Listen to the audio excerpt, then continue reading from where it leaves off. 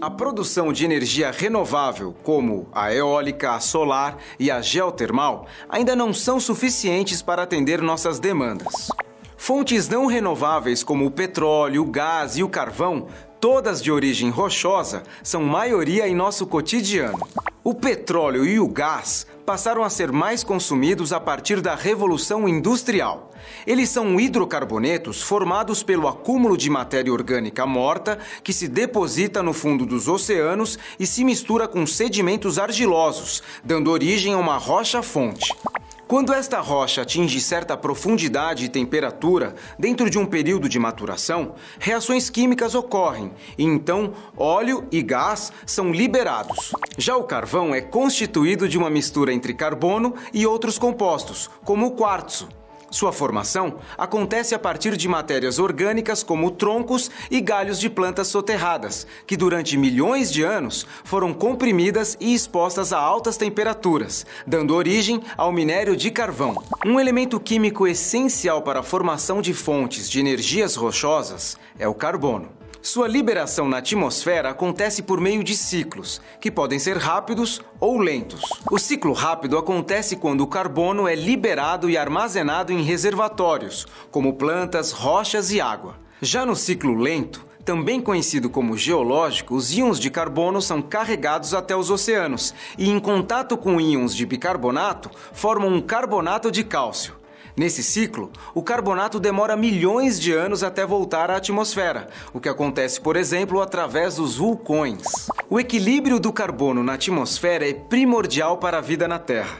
Qualquer alteração mínima de sua quantidade pode ocasionar efeitos negativos a longo prazo. O aumento na emissão de gases poluentes, como o dióxido de carbono, pode agravar o efeito estufa, que naturalmente prende o calor na atmosfera da Terra. Esse aumento tem causado, por exemplo, o aquecimento do planeta. Apesar de o aquecimento global ser uma teoria altamente difundida, a teoria de Gaia, desenvolvida por James Lovelock, defende que a Terra é capaz de se autorregular. Segundo a teoria, biosfera, atmosfera e geosfera atuam de maneira integrada e dinâmica, sempre procurando manter o equilíbrio ideal para a manutenção da vida terrestre.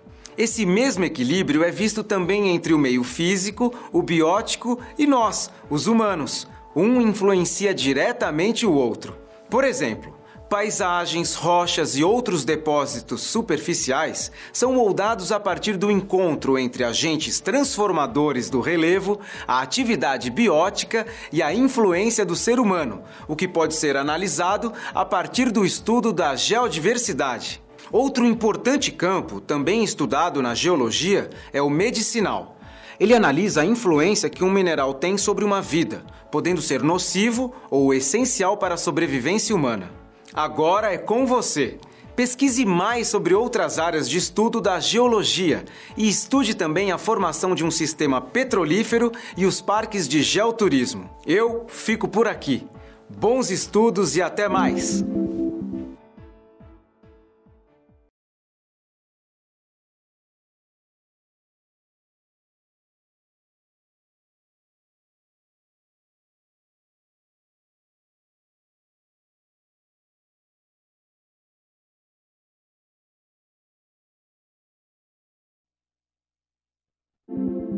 A produção de energia renovável, como a eólica, a solar e a geotermal, ainda não são suficientes para atender nossas demandas. Fontes não renováveis como o petróleo, o gás e o carvão, todas de origem rochosa, são maioria em nosso cotidiano.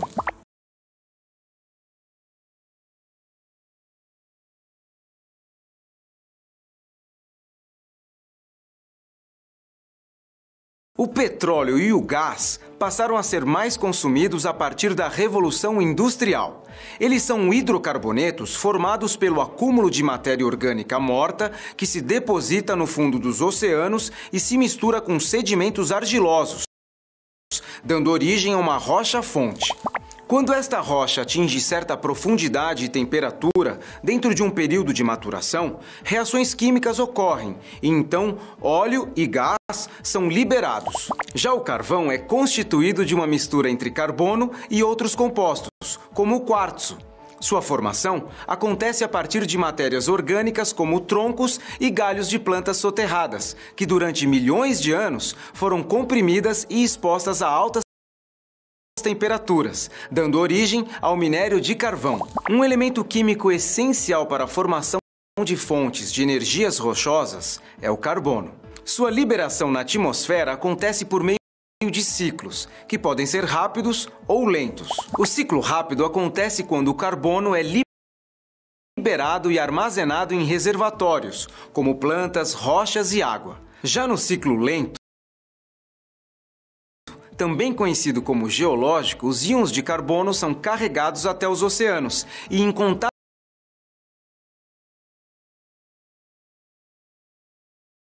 com íons de bicarbonato, formam um carbonato de cálcio.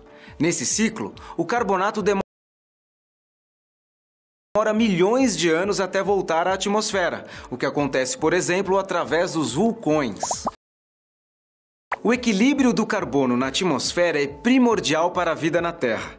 Qualquer alteração mínima de sua quantidade pode ocasionar efeitos negativos a longo prazo. O aumento na emissão de gases poluentes, como o dióxido de carbono, pode agravar o efeito estufa, que naturalmente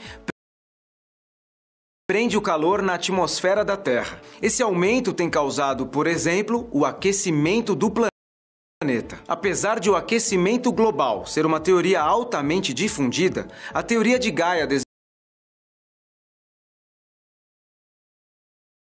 desenvolvida por James Lovelock defende que a Terra é capaz de se autorregular. Segundo a teoria, biosfera, atmosfera e geosfera atuam de maneira integrada e dinâmica, sempre procurando manter o equilíbrio ideal para a manutenção da vida terrestre. Esse mesmo equilíbrio é visto também entre o meio físico, o biótico e nós, os humanos. Um influencia diretamente o outro. Por exemplo, paisagens, rochas e outros depósitos superficiais são moldados a partir do encontro entre agentes transformadores do relevo, a atividade biótica e a influência do ser humano, o que pode ser analisado a partir do estudo da geodiversidade. Outro importante campo, também estudado na geologia, é o medicinal. Ele analisa a influência que um mineral tem sobre uma vida, podendo ser nocivo ou essencial para a sobrevivência humana. Agora é com você.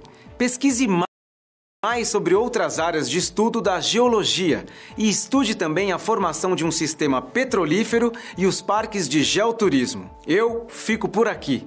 Bons estudos e até mais!